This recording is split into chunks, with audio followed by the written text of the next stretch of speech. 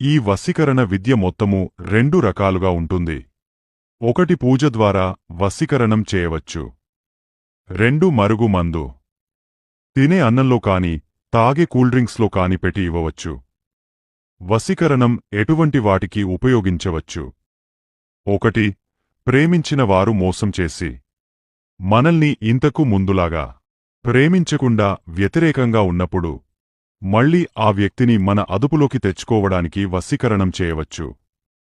2 భార్య మాట భర్త వినకపోయినా, భర్త మాట భార్య వినకపోయినా, లేదా వీళ్ల ఇద్దరి మధ్యలోకి వేరే వాళ్లు వచ్చినా ఈ వశీకరణ పూజ చేయించవచ్చు.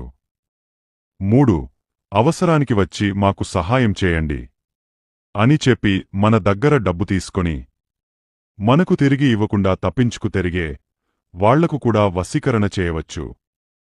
ఇంకా ఇటువంటి సమస్యలకైనా నమ్మకంతో సంప్రదించండి.